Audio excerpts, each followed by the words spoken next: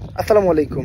আপনারা সবাই জানেন আজ থেকে মোটামুটি ৫-৬ মাস আগে একটা বাচ্চার চোখের অপারেশনের জন্য বাচ্চাটার চোখে একটা টিউমার হয়েছে। টিউমারটা ফাইটা ওর চোখে ক্যান্সার ও জীবাণু ওর ব্রেন পর্যন্ত ছড়াই যাচ্ছে। তো ডাক্তার বলছে যে চোখটা উঠে ফেললে মোটামুটি ক্যামো দিয়ে ট্রিটমেন্ট করলে ওর এটা ঠিক করা পসিবল, ওটা বাঁচানো পসিবল।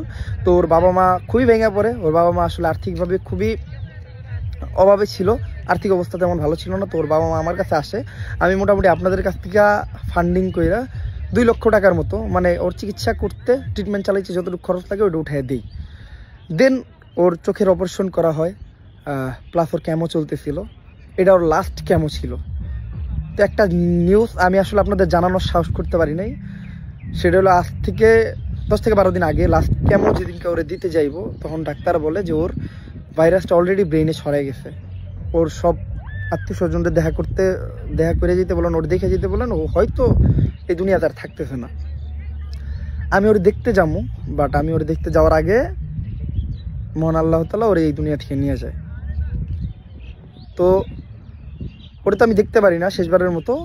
ওর যখন ওর অ্যাম্বুলেন্স দিয়ে ওর নিয়ে গেছে ওর গ্রামের বাড়িতে, তো রাস্তায় ব্রেক করছিল, ওই জায়গায় আমি দেখছি। তো আব্বু আমার সাথে যখন আমি দেখা করি, আসলে আমি ভাইঙ্গা পড়ি অনেকটা। ওর আব্বু আম্মু আমার জড়ায় ধরে অনেক কান্নাকাটি করে যে বাবা তুমি অনেক চেষ্টা করছো। আসলে আমি চেষ্টা বলতে কি, কোনো না কোনো ব্যর্থতা তো আমার ভিতরে ছিলই, যার জন্য আসলে এটা হয়ে ওঠে নাই।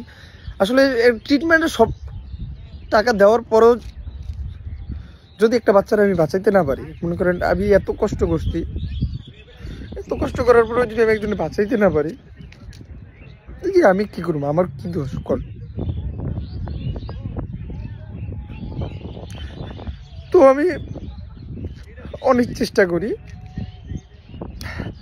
ওর আব্বু আম্মুরে আমি আম্মু আমার কাছে এসে একদম ভেঙে পড়ে। হ্যাঁ, ওর আব্বু আম্মু আমার কাছে এসে একদম ভেঙে পড়ে। আমিও স্বাভাবিক থাকতে পারি না, যার জন্য ওই জিনিসটা থেকে বাইরে হয়ে আসার জন্য আমি আর এটা নিয়ে দ্বিতীয়বার কারোর সাথে কোনো কথা বলি না। আমার টিম মেম্বার সহ যারাই আছে, আমি আমার লগে এটা নিয়ে কথা বলতে ওদেরকে একদম মানা করি। তো আপনার আজ থেকে এই যে গতকালকে আমি আসলে আমি কি করবো, গতকালকে ওদের টাঙ্গাইলে ওদের বাড়িতে ওদের মিলাদ হয়েছে। আমার মিলাদে যাইতে বলছি, আমি আসলে আর মানে ওই চিন্তাটাই করতে পারি নাই। বাট আমি চিন্তা করলাম আপনারা যে বাচ্চাটারে বাঁচানোর জন্য আপনাদের এত মূল্যবান অর্থ দিচ্ছেন, আপনাদেরকে এই নিউজটা জানানো উচিত। কারণ আসলে আমি যে আপনাদের থেকে টাকা নিয়ে আমি এটা করতে পারি নাই, আমি ব্যর্থ হয়েছি।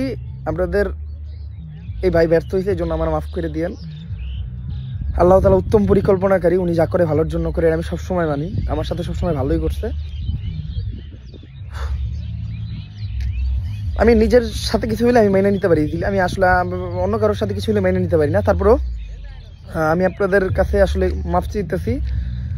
আপনাদের দেওয়া অর্থ হয়তো আমি হয়তো মানে বাঁচাইতে পারিনি এই বাচ্চাটারে। আমার হাতে না, ট্রিটমেন্ট করার জন্য, ট্রিটমেন্ট চালানোর জন্য যা করা লাগছে করছি, ঠিক আছে। এমনকি ওই টাকা দেওয়ার পর ওর ফ্যামিলির বলছিলাম যা লাগে আপনি বলবেন। আর ইনস্ট্যান্ট আমি আসলে বাচ্চা নাই ঠিক আছে। আমি ওনার একটা ছেলে ছিল, ছেলের নাম ছিল দিন ইসলাম, আমি ওনার ছেলে। আমি এখনও বলে দিচ্ছি যে আসলে যেটা করা লাগবে, আমি একজন ছেলে হিসেবে, আপনারা ভেঙে বেরোন না, আমি আছি। বাট আমি নিজেই ভেঙে গেছি। আমি তো এই জিনিসটা আমি যে জানাবো এই 10-11 দিনে, আমি চাইছিলাম আমি আমার নিজের মতো থাকবো, আমি আমার নিজের লাইফ নিয়ে একটু ব্যস্ত থাকবো, যাতে আমি এই জিনিসটা একদম ভুলে যাই। বাট কালকে এই মিলাদের কথা কওয়ার পরে আমি চিন্তা করছি যে না, এটা আমার অডিয়েন্সরা জানানো উচিত। কারণ তাদের ওই পাই টাকা দিয়ে একটা বাচ্চারে বাঁচানোর চেষ্টা করছে, যেটা আমি ব্যর্থ হয়েছি তাদের থেকে টাকা নিয়ে, এটা আমার জানাই দেওয়া উচিত। তো আমি এটা জানাই দিলাম। আর আরেকটা জিনিস, যেটা আমি এখনও একটা বাচ্চার, আপনারা জানেন রিসেন্টলি বাচ্চাটার পেটে টিউমার হয়েছিল। টিউমারটা হাইটা ক্যান্সারের জীবাণু ছড়াইতেছিল পুরো পেটে। ওই বাচ্চাটার ট্রিটমেন্টের জন্য আমি ফান্ডিং করছি মোটামুটি অনেক টাকা। কারণ বাচ্চাটা বাঁচাইতে আরও টাকা লাগবে। আপাতত ওর ফ্যামিলি ট্রিটমেন্ট চালাইতেছে, ওর ফ্যামিলির ওই অ্যাবিলিটিটা আপাতত আছে। আমি জানি না এই বাচ্চাটার বাঁচাইতে পারবো কি না। ওই বাচ্চাটা আপাতত আলহামদুলিল্লাহ মোটামুটি সুস্থ। আমি চাই এই বাচ্চাটা টাকার জন্য যাতে ট্রিটমেন্টটা থাইমে না যাক। আমি তো আমার সব ভিডিও প্রাইভেট করে দিয়েছি যখন মানে ইনাফ ফান্ডিং হয়ে গেছিলো। বাট যদি নেক্সটে যদি টাকা পয়সা লাগে, আমি যদি আপনাদের কাছে বলি, আপনারা চেষ্টা করেন। আসলে আমি একটা বাচ্চা চলে গেছে, আমি চাই না এই বাচ্চাটার কিছু হয়ে যাক। আমি আমার তরফ থেকে যতটুকু পসিবল হইতেছে আমি অতটুকু করতেছি। তারপরে আমি জাস্ট এটা বললাম, আপনারা আমার মাফ করে দিবেন, আমি আসলে পারি নাই, আমি এবার ব্যর্থ হয়েছি। আমি খুব খুশি ছিলাম যে হয়তো বাচ্চাটার চোখের অপারেশন, চোখের চিকিৎসা চলতেছে, হয়তো বাচ্চাটা ভালো হয়ে গেছে এতদিনে, কারণ অনেকদিন ওর বাবা মা আর কোনো আমার কিছু জানায় নাই। বাট হুট করে ওর বাবা মা এইভাবে ফোন দিয়ে কান্নাকাটি শুরু করে দিল, কারণ যে বাবা তুমি দেখতে আসো। আমি দেখতেও যেতে পারলাম না, আমি দেখতেও যেতে পারি নাই শেষবার। অ্যাম্বুলেন্সে যখন ওর চেহারাটা আমি দেখছি, ওর মুখটা কালো হয়ে গেছিল, মুখটা ফুলে গেছিল, আমি মানে ওর দিকে তাকাইতে পারতেছিলাম, আমি জাস্ট একবার তাকিয়ে চোখটা সরাই নিছি। ওর বাবার সাথে আমি আর কথা বলতে পারিনি, মানে ওই সময়টা যে আমার উপরে কি গেছে আমি কথা বলতে পারিনি। জাস্ট ওই সময়টা ওনার সাথে দেখা দিয়ে আমি যত তাড়াতাড়ি পারি ওনাদের সাথে বিদায় নিয়েছি। বিদায় নিয়ে আমি জাস্ট মানে কইছি যে না কিছু হয় নাই, এটা কিছু হয় নাই, জাস্ট একটা স্বপ্ন ছিল, দুঃস্বপ্ন ছিল, বা যে জিনিসটা আমি ভুলে গেছি, বাট ভুলতে আমি এখন পর্যন্ত পারিনি। ঠিক আছে, তো যাই হোক, আল্লাহ যা করে ভালোর জন্য করে, আপনারা আমার মাফ করে দিয়েন। জাস্ট এইটুকুই বলার ছিল। আসসালামু আলাইকুম।